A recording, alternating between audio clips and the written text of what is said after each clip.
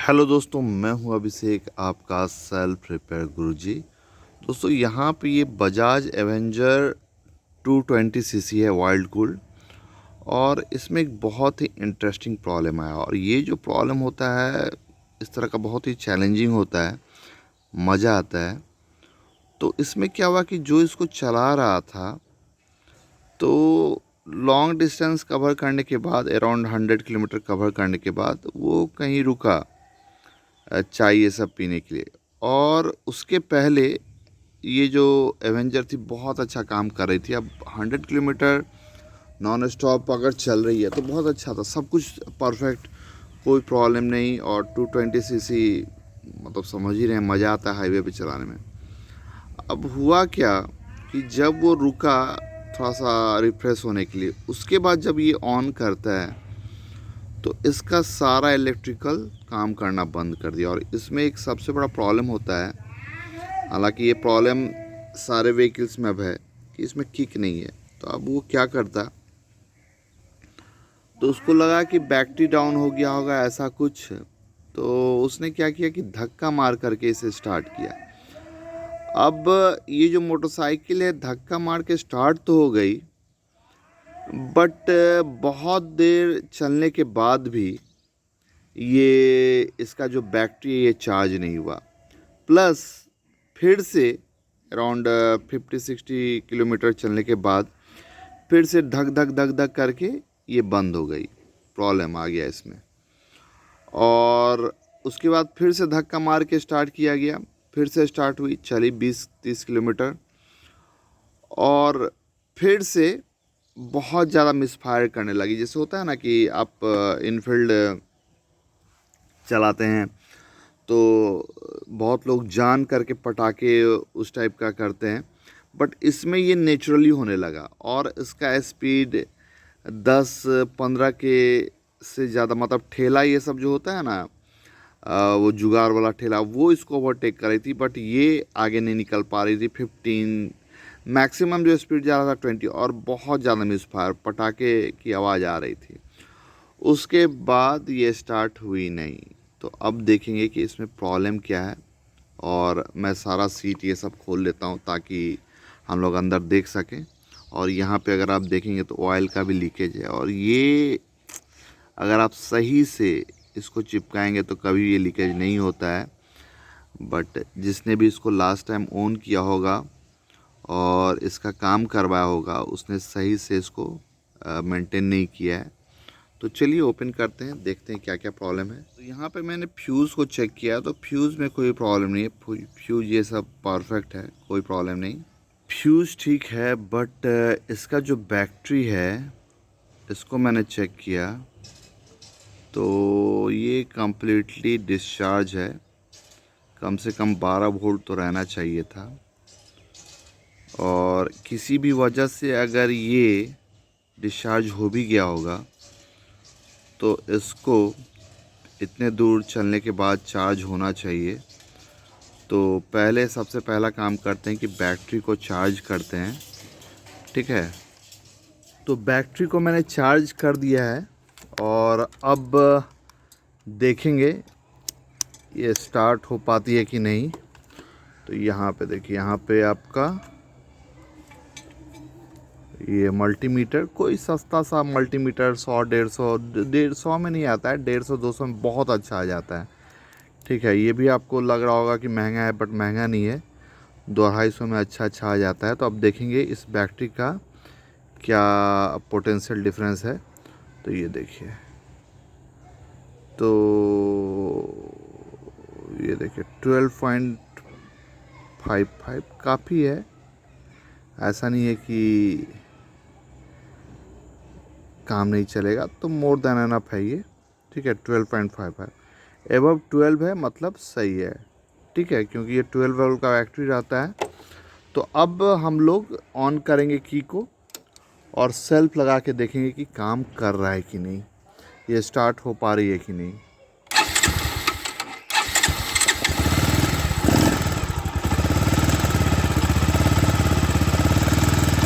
तो दोस्तों बहुत ही नॉर्मल, बहुत ही नॉर्मल, कोई टेंशन नहीं, कुछ नहीं। ठीक है, थोड़ा सा इसमें टैंक खुला हुआ है तो पेट्रोल कम होगा, तो इसीलिए थोड़ा सा ये हो रहा है, बट हाँ सही है। लेकिन स्टार्ट तो हो गई है, लेकिन कोई भी ये नहीं कि आपने इसको स्टार्ट कर दिया तो प्रॉब्लम सॉल्व हो गया, नहीं।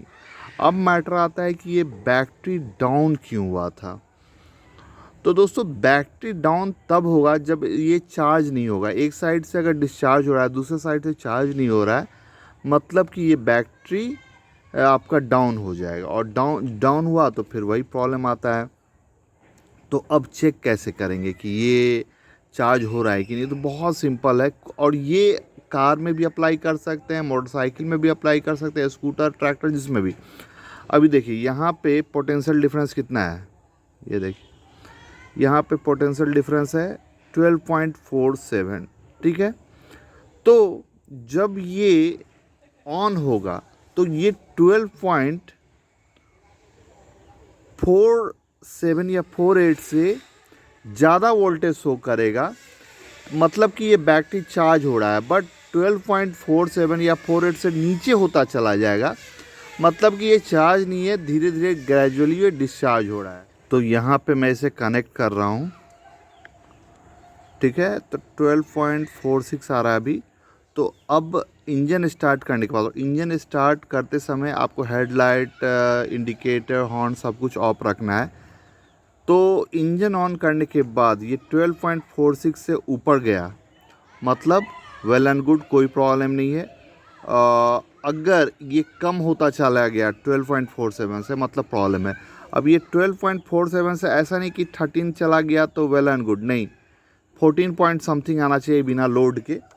तो ये देखिए जनरली 14 पॉइंट समथिंग आता है, अगर डिस्चार्ज बैटरी रहता है तो कभी कभी 13 पॉइंट समथिंग आता है, बट देखिए। लेकिन अगर इससे एक पॉइंट भी नीचे आने लगा, मतलब प्रॉब्लम है। ये देखिए, अब ऑन करते इंजन,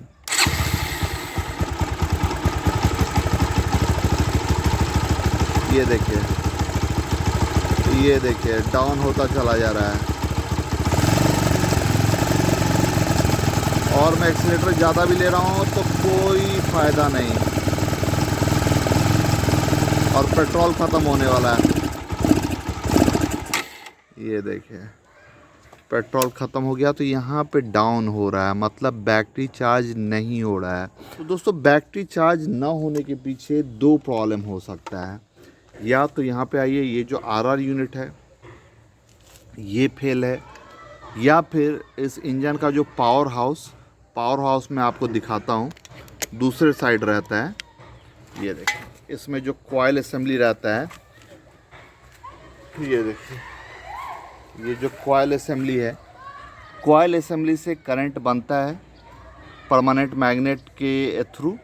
और यहाँ पे देखिए, यहाँ पे ये आया, ये देखिए यहाँ से फिर करंट गया आपका आरआर यूनिट में, ठीक है।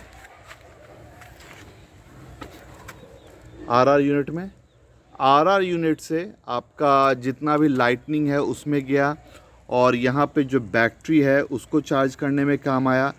फिर यहाँ पे डीसी टाइप है ये सीडीआई यूनिट, तो यहाँ पे आपका ये जो सीडीआई है बैटरी और आरआर यूनिट दोनों से करंट लेता है, ठीक है। जहाँ से मिल जाए उसको चलता रहेगा। अब यहाँ से जो करंट है ये जाता है आपका दोनों इग्निशन कॉइल में, और यहाँ से जो आता है करंट हाई वोल्टेज वो जाता है आपका स्पार्क प्लग में। तो अभी इतना तो समझ में आ गया कि आरआर यूनिट में करंट नहीं बन रहा है, ठीक है। लेकिन आरआर यूनिट को कौन दे रहा है, तो पावर हाउस दे रहा है। तो यहाँ पे दो फॉल्ट हो सकता है, या तो आरआर यूनिट का फॉल्ट होगा, ये काम नहीं कर रहा है, या फिर ये कॉइल काम नहीं कर रहा है। तो ये जो कॉइल है इसको हम लोग ओपन करेंगे और चेक करेंगे। अब यहाँ पे दोस्तों जो कॉइल होता है आपका पावर हाउस, वो आइडलिंग पे 20 वोल्ट तक बनाता है, और जब एक्सीलेटर आप ज़्यादा लेते हैं तो फिर 50 वोल्ट तक कभी कभी चला जाता है। तो उसको चेक करने के लिए आप यहाँ पे सिंपली एक बल्ब का यूज कर सकते हैं, ठीक है। और बल्ब आप यूज़ कीजिए तो इस तरह सा कवर्ड इंडिकेटर का यूज़ कीजिए, क्योंकि ये हाई करंट प्रोड्यूस करेगा और कभी कभी आपका ये फ्यूज़ हो जाता है, तो केयरफुल रहना है। और अभी मैं क्या कर रहा हूँ कि इसका पेट्रोल ऑलरेडी फिनिश हो चुका है। कभी भी अगर आप चेक करें, अगर कार्बोरेटर में पेट्रोल है तो उस समय आपको स्पार्क प्लग का लेड निकाल देना है, ताकि इंजन स्टार्ट ना हो। इंजन को स्टार्ट नहीं होने देना है, सिर्फ सेल्फ का अति करना है। और इसमें तीनों में आप कनेक्ट कर सकते हैं। अभी मैंने लेफ़्ट राइट में कनेक्ट किया है और चाबी को ऑन करते हैं, सेल्फ देते हैं और देखते हैं क्या कंडीशन है। ये देखिए, अरे रे रे रे, देखिए इंजन स्टार्ट हो गया, थोड़ा बहुत पेट्रोल है। और देख रहे थे कितना ज़्यादा हाई ये देता है और ये फ्यूज होने का चांस रहता है। ये देखिए, तो इसमें करंट आ रहा है, मतलब पावर हाउस ठीक है। अभी लेफ़्ट राइट में किए थे, अभी नीचे कर लेते हैं। ये देखिए यहाँ पे ठीक है, इसमें भी चेक करेंगे। और तार सटना नहीं चाहिए एक दूसरे में, नहीं तो फिर पता चला कि शॉर्ट हो जाएगा। ये देखिए, ये भी सही है, ये भी मस्त है। कॉइल ये वाला भी सही है, कोई प्रॉब्लम नहीं। अभी क्या करेंगे, इसको तो डाउन है ही, इसको अप राइट साइड में डालते हैं। ठीक है, तो मतलब एक चीज़ तो समझ में आ रहा है कि कॉइल से करंट बन रहा है, कोई प्रॉब्लम नहीं। ये देखिए, तो ये सही है। मतलब अब फॉल्ट कहाँ पे है, किसने करंट को चोरी किया, किसने करंट को बैटरी तक आने से रोका। तो ये अभी मान लीजिए आपने अपने किसी दोस्त को दूसरे दोस्त से किताब लाने के लिए भेजा और रास्ते में वो किताब गायब हो गया। पहला दोस्त बोल रहा है कि मैंने किताब तुम्हारे दोस्त को दिया है, और वो दोस्त आपको किताब नहीं दिया है। मतलब जो बीच वाला जो था दोस्त आपका, वही किताब को गायब किया है, उसी ने किताब को मिसप्लेस किया है।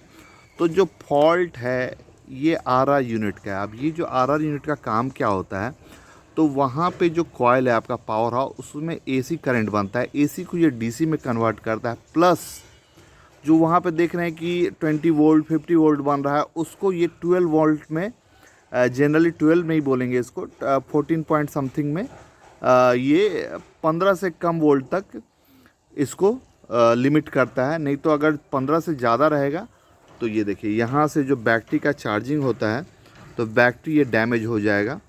अगर बहुत देर तक इसको हाई करंट मिला तो बैटरी को ये चार्ज करता है। उसके बाद जितना भी इलेक्ट्रॉनिक्स, जितना भी लाइट, ये सब हॉर्न, ये सब ये आरआर यूनिट का रिस्पॉन्सिबिलिटी रहता है। तो यहाँ पे जो फॉल्ट है वो आरआर यूनिट का है, क्योंकि इसी में आपका करंट नहीं आ रहा है, इसी से करंट आगे नहीं जा रहा है, यहीं पे फॉल्ट है, यही चोर है, इसी ने करंट को चोरी किया है। तो यहाँ पे देखिए, इसको सिंपली आपको बाहर निकाल लेना है। ये देखिए दो, यहाँ पे देखिए दो, यहाँ पे 10 mm का बोल्ट है। और ये तो एवेंजर है, तो इसमें यहाँ पे दिया अलग अलग पोजीशन रहता है हर एक मोटरसाइकिल स्कूटर का। तो ये देखिए, इसको हटाएंगे और यहाँ पे कैपेसिटर भी, अब इसमें विद कैपेसिटर विदाउट कैपेसिटर अलग अलग मॉडल आता है, तो इसमें केयरफुल रहिए और पार्ट नंबर मिला करके आपको लेना है। ये देखिए पार्ट नंबर मिला करके, तो यहाँ पे देखिए, यहाँ पे ये आपका बाहर निकाल लेना है। ठीक है, ये देखिए यहाँ पे जैसा ऐसा है।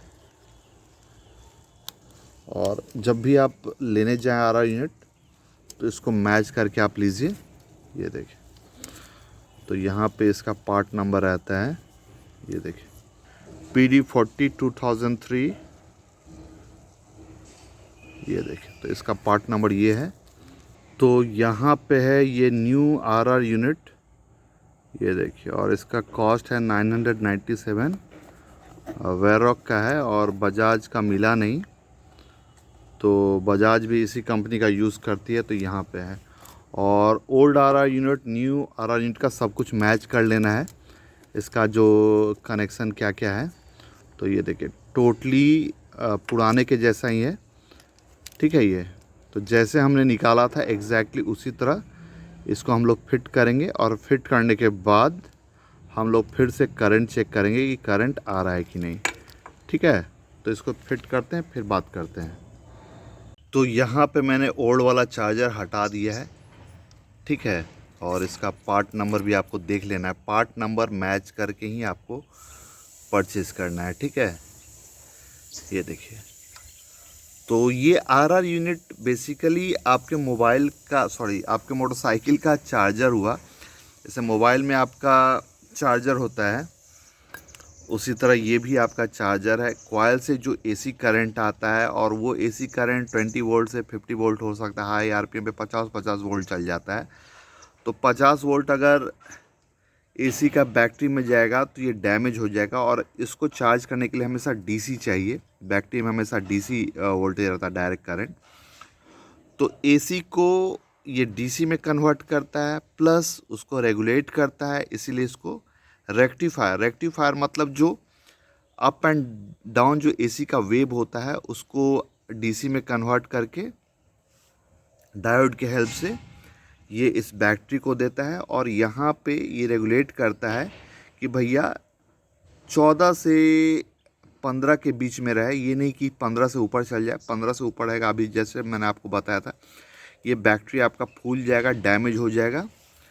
कितना भी अच्छा बैटरी आप लगा लीजिए। तो ये मैंने लगा दिया। अब चेक करते हैं कि ये काम कर रहा है कि नहीं। और अब भी इसमें टैंक भी मैं लगा लूँगा। टैंक इसलिए लगा लूँगा क्योंकि इसमें पेट्रोल होगा नहीं तो ये ऑन होगा नहीं। ये देखिए, ये देखिए। तो मैं इसमें टैंक भी फिट कर लेता हूँ, उसके बाद बाकी काम किया जाएगा, देखा जाएगा इसको। तो पहले इनिशियल वोल्टेज देख लेंगे, और सब कुछ को मैंने अच्छे से क्लीन कर लिया है। जब भी आपको चांस मिले कुछ भी क्लीन करने का तो ज़रूर क्लीन कीजिए, क्योंकि बहुत ही इम्पोर्टेंट होता है। ये देखिए, तो यहाँ पे आपको दिख रहा होगा। तो ये देखिए, यहाँ पे पॉजिटिव और यहाँ पे निगेटिव। तो कितना आ रहा है? 12.77 या 78। ठीक है। अब अगर ऑन करेंगे तो वही वाली बात है, अगर ज़्यादा आएगा तो मतलब वेल एंड गुड, अगर कम हो रहा है मतलब बैटरी चार्ज नहीं हो रहा है। तो ये देखिए 12.76। अभी मैं ऑन कर रहा हूँ। अरे गिर मत जा यार। हाँ, ये देखिए 13.2। और अभी बैटरी थोड़ा डिस्चार्ज कंडीशन में है तो कम आ रहा है। ये देखिए, मतलब बैटरी का जो करंट है ये बढ़ गया, और कोई भी लोड ऑन नहीं होना चाहिए। देखिए,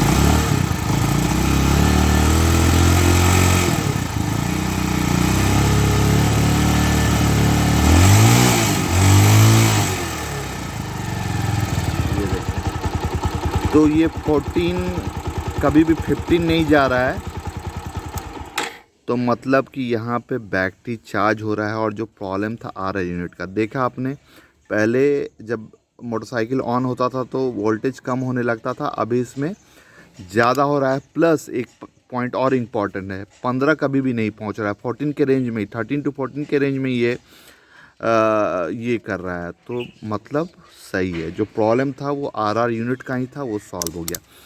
अब होता क्या है कि मान लीजिए अगर मैं आरआर यूनिट चेंज नहीं करता, बैटरी में बस चार्ज कर देता और निकल जाता, तो फिर वही प्रॉब्लम होता। क्या कहते हैं, 2-3 दिन वो चलता और उसके बाद फिर से डिस्चार्ज हो जाता। तो और बहुत लोग क्या होते हैं कि 1-2 बार परेशान होते हैं कि भैया बैटरी डाउन हो रहा है, बैटरी डाउन हो रहा है।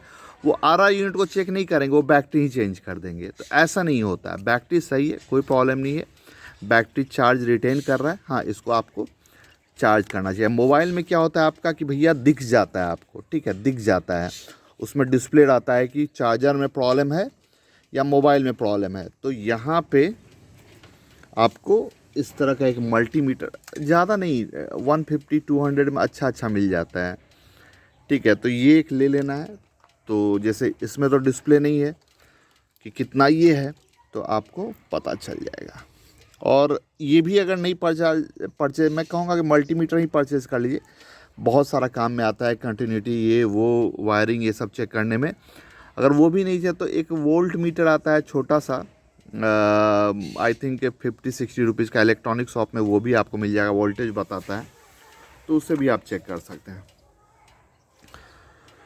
तो जो मेन फॉल्ट है उसको आप पकड़िए, जो मेन रीज़न है उसको सॉल्व कीजिए, क्योंकि जब तक आप मेन रीज़न को सॉल्व नहीं कीजिएगा, आप कितना कुछ चेंज कर लीजिए, अननेसेसरी पैसा ही आपका वेस्ट होगा।